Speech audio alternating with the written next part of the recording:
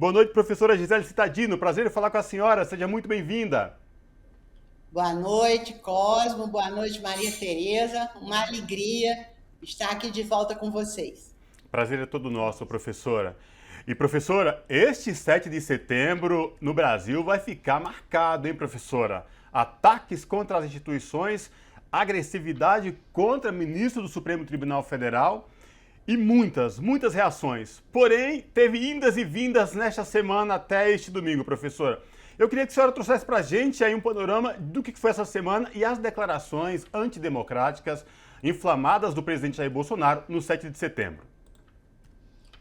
Eu acho que você tem toda a razão, Cosmo. Esse 7 de setembro vai ficar marcado na história brasileira e a gente ainda tem que pensar que nós teremos mais um 7 de setembro até que as próximas eleições ocorram, né? Então, eu acho que a gente também tem que começar a se preocupar com o próximo 7 de setembro.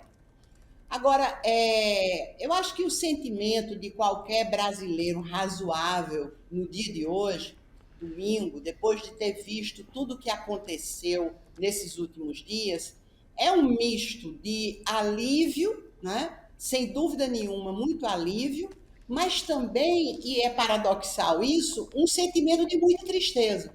Porque quando a gente fica muito aliviado, né, diante dessa situação, isso mostra o tamanho do nosso problema e isso nos dá uma tristeza muito grande. Eu acho que o alívio que todos nós sentimos, porque o que aconteceu, se esperava de tudo e a gente escutou de tudo. Eu já disse aqui, tenho insistido em vários outros lugares, que eu não consigo imaginar a possibilidade de um golpe militar no Brasil, especialmente com Bolsonaro no poder, porque era isso que boa parte das faixas lá em Brasília, todas inclusive iguais, feitas na mesma fábrica e distribuídas lá durante o evento, dizia golpe militar, não, dizia golpe não, dizia intervenção militar com Bolsonaro no poder.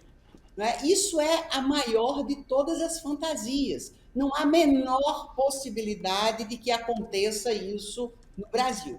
Agora, ele elevou o tom, foi extremamente grosseiro, para dizer o mínimo, e foi extremamente violento e desrespeitoso com a democracia, com as instituições, com os representantes dos demais poderes. Ninguém merece, né, de um presidente da República, um comportamento como esse. Então, ficamos todos muito tristes, né, porque a gente, ao mesmo tempo, se sentiu aliviado, especialmente porque no final da noite do dia 7 de setembro, havia ainda em Brasília os companheiros, digamos, né, as hordas bolsonaristas que estavam esperando, digamos assim, a sua hora de agir. Porque se a gente acompanha muitos vídeos de muitos apoiadores de Bolsonaro, tem gente nos vídeos dizendo que estava ali em Brasília disposto a incendiar o Supremo Tribunal Federal, a quebrar todo o Congresso Nacional. Então, ele contava com pessoas que, por mais velhas que fossem, porque eu acho que esse é um outro ponto a destacar, especialmente no Rio de Janeiro e em São Paulo, a idade das pessoas que estavam nas ruas, eu acho que o mais jovem tinha 50 anos. No Rio de Janeiro, eu diria que o mais jovem tinha 60 anos. Então, essas pessoas não são normalmente as pessoas que partem para a violência. Mas eu acho que apoiadores de Bolsonaro em Brasília estavam dispostos a tudo. E como na noite do próprio 7 de setembro, os caminhoneiros, né, aquilo ali foi um lockout, tanto é coordenado por apoiadores de Bolsonaro, que rapidamente foi encerrado, o que mostra que efetivamente não era um movimento genuíno dos caminhoneiros, como nós já tivemos no Brasil no passado. Então foi um dia, digamos, e uma noite de muita aflição, de muita agonia, e no dia seguinte é uma espécie de ressaca repleta de tristeza, porque nós brasileiros, né, especialmente as 600 mil famílias que têm um atestado de óbito na gaveta, as pessoas que acordam de manhã e não têm para onde ir porque não tem trabalho, as senhoras, as mulheres que vão ao supermercado, os homens também que vão ao supermercado, fazer compras e percebe que o dinheiro não dá para comprar quase nada. Quer dizer, os brasileiros não merecem estar passando por esse tipo de aflição, por esse tipo de agonia. Eu vi gente correndo para o posto de gasolina para abastecer o carro, imaginando que não teria gasolina, porque teria um trabalho, eu vi isso ontem, ele teria um trabalho, uma proposta de trabalho a 40 quilômetros daqui de onde nós estamos, e ele ficou muito aflito, porque ele teve medo de não ir à entrevista de trabalho, né? Então, os brasileiros não merecem, né? Definitivamente, os brasileiros não merecem isso que aconteceu entre o dia 7 e o dia 8 de setembro. Não para além de tudo isso que a gente ainda está passando nesse momento, né? Agora, professora, tem uma situação que eu gostaria. A gente já falou várias vezes aqui.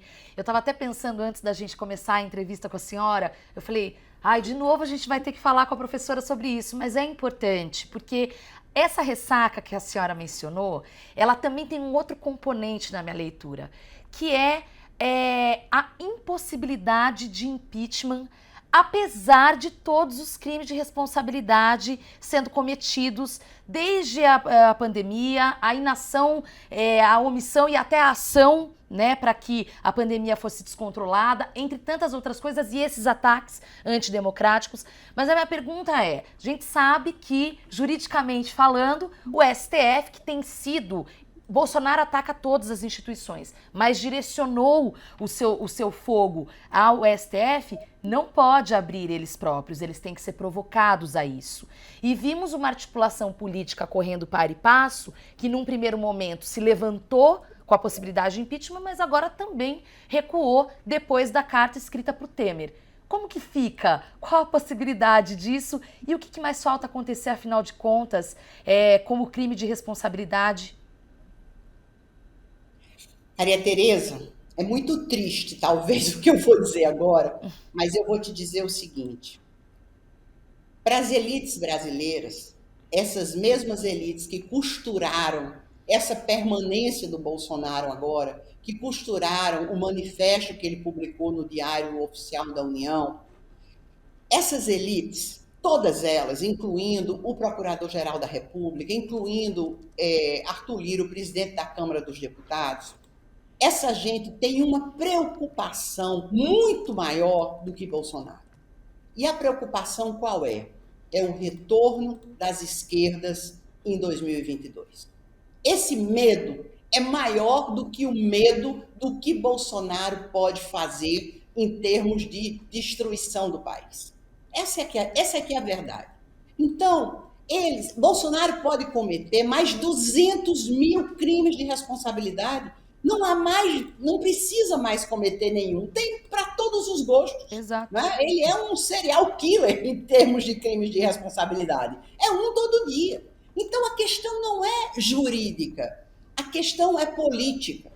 Hoje, eu soube de uma notícia, a gente ainda precisa confirmar, porque não está, enfim, completamente claro, que o Supremo Tribunal Federal, a pedido do ministro Ricardo Lewandowski, deve se reunir fisicamente, e não plenário virtual, para conversar sobre a possibilidade de se fixar um prazo para que os presidentes da Câmara dos Deputados, à medida em que recebam pedidos de impeachment, eles tenham um prazo para abrir o processo ou levar o processo à avaliação da Câmara, dos seus pares.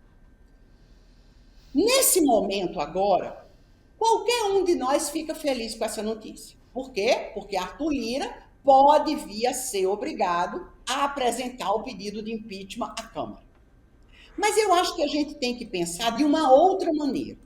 É que isso não seria uma decisão do Supremo que valeria exclusivamente para Arthur Lira e para Bolsonaro. Isso seria uma decisão do Supremo que valeria de agora para frente indefinidamente. Então, a pergunta que eu faço é: ontem, procuradores da República, membros do Ministério Público, entraram com uma nova ação contra o presidente Luiz Inácio Lula da Silva, dessa vez com base na questão de que ele é devedor da Receita Federal, vejam só. Porque ele fez uma reforma no triplex, e todo mundo sabe que não é dele, e não colocou os custos da reforma na declaração do imposto de renda. Então, você veja que essa gente não para.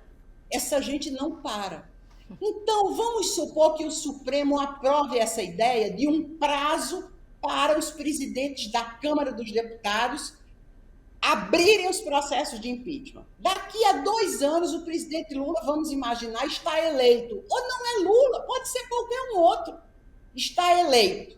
Aí vem qualquer pessoa, qualquer grupo de pessoas, se reúnem, conseguem aí digamos, um CNPJ e entram com pedido de impeachment na Câmara dos Deputados. E aí, o presidente da Câmara dos Deputados, querendo ou não, terá um prazo para levar o impeachment à Câmara para avaliação. Quer dizer, o impeachment, ele é como se a gente fosse transformar... O Bolsonaro já fez tanto mal ao país, mas tanto mal, que a essa altura do campeonato, o pior mal que ele pode fazer é, a partir de agora, obrigarmos o presidente da Câmara a abrir qualquer pedido de impeachment que chegue na mesa dele. Porque a gente não vai morrer amanhã, novos presidentes serão eleitos. Então, qualquer oposição vinda de qualquer lugar, com crime ou sem crime, a gente viu com Dilma Rousseff como foi, não tinha crime. E houve o impeachment. Agora, com Bolsonaro, tem toneladas de crime e não tem impeachment. Por quê? Porque é muito mais uma questão política do que jurídica.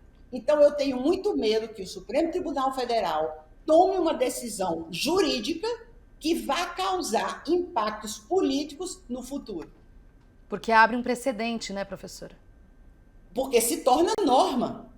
Não é só abrir o precedente, é se tornar uma norma. Eles vão definir uma interpretação de acordo com a Constituição, segundo a qual o presidente da Câmara tem um prazo para abrir os processos de impeachment, ou seja lá o que for, para consultar. Gente, processos de impeachment são processos que causam uma comoção na sociedade, uma vez abertos, extraordinária. Mas não é só no Brasil, em qualquer lugar. O impeachment não é um instituto que a gente possa usar como a gente coloca um chapéu para ir na praia, para não queimar o rosto. Não é isso. Não é?